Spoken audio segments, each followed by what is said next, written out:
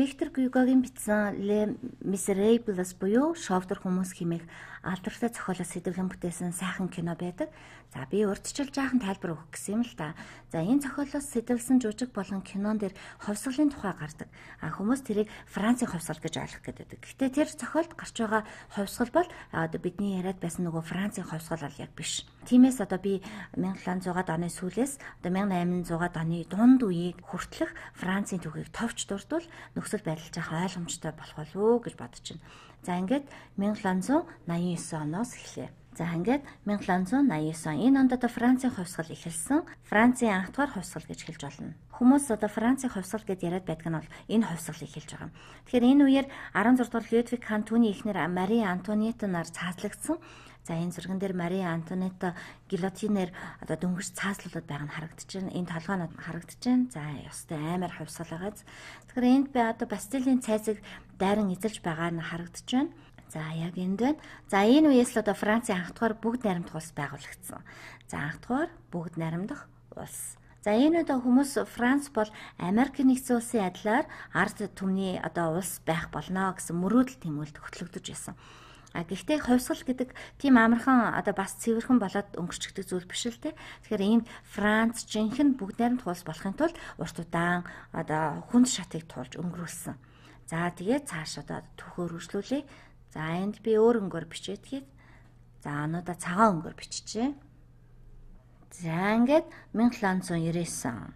За 1799 он гэж биччихэ. За энэ үед Наполеон Бонапарт төрийн эрхэнд гарсан. Хүмүүс Наполеон гэд яриад байдаг нь бол Наполеон Бонапартыг хэлж байгаа хэрэг. За учир нь цааш нь түүхэнд бол бас Наполеонууд олон гарч ирнэ. Гэхдээ Наполеон гэсэн ингэсэн тэгсэн гэд ярих юм бол Наполеон Бонапартыг хэлж байна гэж ойлгох хэрэгтэй. За Наполеон гэж биччихэ энэ дэр. Тэгэхээр анх дахь бүгд найрамдах улсыг албан ёсоор тарааж өөрийгөө Францын эзэн хаанаар 1804 онд өргөмжилсөн. Гэхдээ хурдан цааш нь явъя хэдүүлээ Наполеоны аян дайнууд Францын ховсголын талаар хаан актимын өөр олон видеонууд байгаа. За ингээд цааш үйл явдал өрнөсөөр 1815 он болсон. 1815 он болохоор Наполеон төрийн эрхэнд гарснаас бараг 16 жил өнгөрсөн байгаа. Энэ онд бол Наполеон Ватерлоогийн тултаанаа хийсэн. За хүмүүс ялагдал хүлээхийг Ватерлоот нүүр тулах гэж хэлдэг нь үүнтэй холбоотой.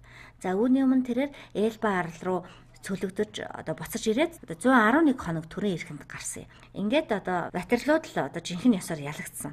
Түүнийг ариун Еленагийн арал руу цөлж тэндээ насварсан байгаа. Мөн 1815 онд Бурбоны хаадын угсааг сэргээн хаан ширээнд буцаан залсан байгаа. За тэгэхээр 16 дахь Людвиг хааны баг дүү хаан ширээнд сууж түүнийг 18 дахь Людвиг гэж өргөмжилсөн. За эндээс 17 дахь Людвиг нь хайцсан юм бэ гэсэн асуулт гарч болох юм. За 17 дахь Людвиг нь бол 16 дахь Людвигийн хүү байсан бөгөөд тэрээр хувьсгалын үеэр буюу 1795 онд 10 наснда шоронд насварсан. За энэ хавьд байна тий. За би Наполеоны бичсэнтэйг адилхан өнгөөр ингээд биччихье. 1814 онд Наполеоны үе төгсөж Бурбоны угсааг албан ёсоор сэргээн залсан.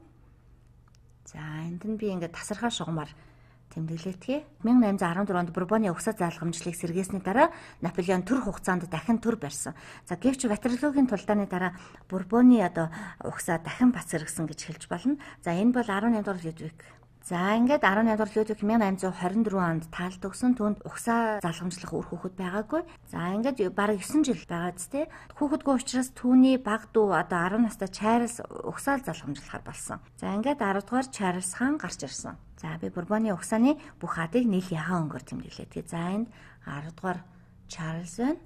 За цааш нь жаахан хурдхан явъя. 1830 он болсон. За энэ үед маш их үеийн самун болж Францын 2 дугаар ховсгол гарсан байгаа. За одоо л нөгөө шовдор хүмүүс зохиолын үе болж байна уу гэж та нар асуух байх л та. Гэхдээ үгүй. За бид тэр хүрх арай л болоог байгаа.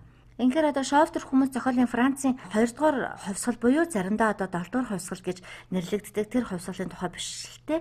За энэ 7 дугаар сарын ховсгол нь бол амжилттай болоогүй учраас бүгд найрамдах засаглалыг тухайн үедээ сэргээн тогтоож чадаагүй. За ингээд анх дугаар ховсгол гарснаас хойш хэдийгээр хаант засаглал сэргээн тогтсон ч гэсэн өмнө нь байснаасаа өөрөөр буюу алгуураар мөхөж буй нөхцөл байдал нь улам либералчлагдаж байсан. За 7 дугаар сарын ховсголын үр дүнд бий болсон гол өөрчлөлт нь 10 дугаар Чарльзын оронд үеэл нь хаан ширээнд суусан юм. За тэр нь Орлеаны гүн байсан. За тэгэхээр энэ зураг дээр харагдаж байна тий. Луи Филипп. За би энэ бичээдгий. Луи Филипп. За та нар намайг одоо шовдор хүмүүсийн тухай ярина гэчгээд одоо юу тэр тухайд урсгах ч үгүй өөр юм яриад байна гэж бодож иж болох юм. Тэгэхээр урьдчилаад одоо жаахан мэдээлэл өгөх гэсэн юм аа. Ингээд хэрвээ та нар одоо тэр киног үзсэн бол Жан Вожан одоо нэг хөлөг онгоцны засварын газар засвар хийж байгаа юм шиг одоо эхэлтгийг санаж байгаа хэл та. Одоо тэгвэл тэр нь 1815 оны Ватерлоогийн дайны үеийг одоо харуулж байгаа. Тэгэхээр 18 дугаар Людвиг хааны үе гэсэн үг л дээ. За 18 дугаар Людвиг. За тэгэхээр энэ хавцаа байгаа тий. За гэтэл одоо кинонд гарч байгаа нэг зурчилтэй одоо хэсэг бол киноны баг ихэнд одоо хэсэг залуу хувьсгалч засгийн газараа түлхэн унгаах гэд Парис хотод хориглолт бэлгэлт одоо барьж байгааг харах болно.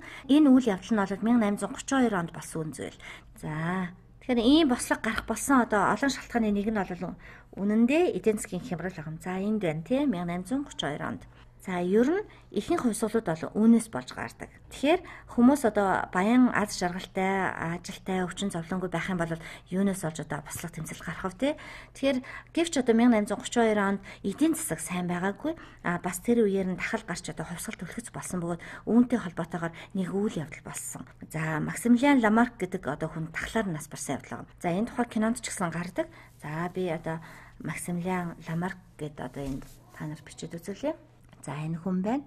За магадгүй би нэрийг буруу дуудчихж магадгүй. Жан Максимилиан Ламарк. За энэ хүн бол 1832 оны 6 дугаар сард одоо нас барсан. За энэ хүн энгийн ард иргэд ядуучуудын хүнд бэрх байдлыг нь маш сайн ойлгож дэмждэг хүн байж л те. Ингээд хүмүүс түүнийг засгийн газар дахь энгийн иргэдийн төлөөлөл гэж үздэг. Одоо тэр ч гэсэн нөлөө сайтай нэгэн байсан баа. Гэтэл түүнийг нас барахад нь хүмүүс одоо бидний төлөө үг хэлэх хүн дээдсийн хүрээлэлд алга боллоо. Ингээд түүний авшуулгыг бослог болгон хувиргая гэж шийдсэн байна. За та бүхэн шовдор хүмүүс кинонд ч гэсэн энэ үйл явдал одоо гарч байгааг үзэх боломжтой. Энэ бол 1832 оны 6 дугаар сарын бослогыг харуулж байгаа. За энэ хувьсгал амжилттай болоогүй л дээ үнэндээ. За тэгэхээр амжилттай болсон бол мэдээж Францын 3 дугаар хувьсгал гэж нэрлэгдэх байсан байх л та. Гэвч үнэндээ бүтлгүй бослого, бүтлгүй хувьсгал байсан. Зохиолч одоо Виктор Гюго өөрөө гэрчин болсон учраас зохиол дээр хотын буудалцаа, хориглолт, ойролцогч залуу хүмүүс маш томроо дүрслэгдсэн. За энэ бол өмнөхөө сэргэн сансан хэсэг байлаа. За ер нь бол хүмүүс Францын хувьсгал гэж яриул одоо тэр нь 1789 оны хувьсгалыг эхэлдэг. Одоо учир нь түүгээр анх дугаар бүгд найрамдах улс байгуулагдсан. За энэ бол амжилттай хийгдсэн хувьсгал. Харин Францын 2 дугаар хувьсгал гэж 1830 онд гарсан. Одоо 1-р Луи Филиппийг хаан ширээнд залсан хувьсгалыг эхэлдэг. За энэ хүнийг л одоо хаан ширээнээс түлхэн унгах орлого шовдор хүмүүс зохиолд гараад байгаа юм шүү дээ. Тэгэхээр за гэхдээ тэд үүнийхээ дунд 2 дугаар бүгд найрамдах улсыг байгуулж чадаагүй л дээ. 2 дугаар бүгд найрамдах улсын тухай яриа гэх юм бол бид бүр одоо цааш нь он цагийн хэлхээсээ бүр үргэлжлүүлэн зурж за одоо би та нарт ингээд он цагийн хэлхээсээ цааш нь явуулаад бай. За ингээд Луи Филипп хаан байна. Ингээд 18 жил төр барсны дараа буюу 1848 онд очих болно тий. Энэ онд Францын 3 дугаар хувьсгал гарч улмаар сонгуул болж ингээд Наполеон Бонапартын аж ахуй Луи Наполеон Бонапарт сонгогдсон. За зураг нь энэ байна.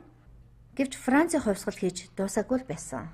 За учир нь тэд одоо урт настай тогтвортой бүгд найрамдах улс байгуулж чадахгүй байсан. Ингээд 1851 онд өнөө сонгогдсон хүн маань өөрийгөө эзэн хаанаар өргөмжилсэн.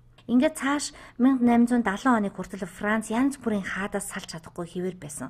За ингээд 1870 хүртэл цааш нь зурчих юм. За энэ онд л одоо Франц улс Прусттай хийсэн дайнд ялагдаж за энд зураг нь байгаа нөхөр хаан ширээнээс бууснаар Францын 3 дугаар бүгд найрамдах улс эцэслэн байгуулагдсан юм.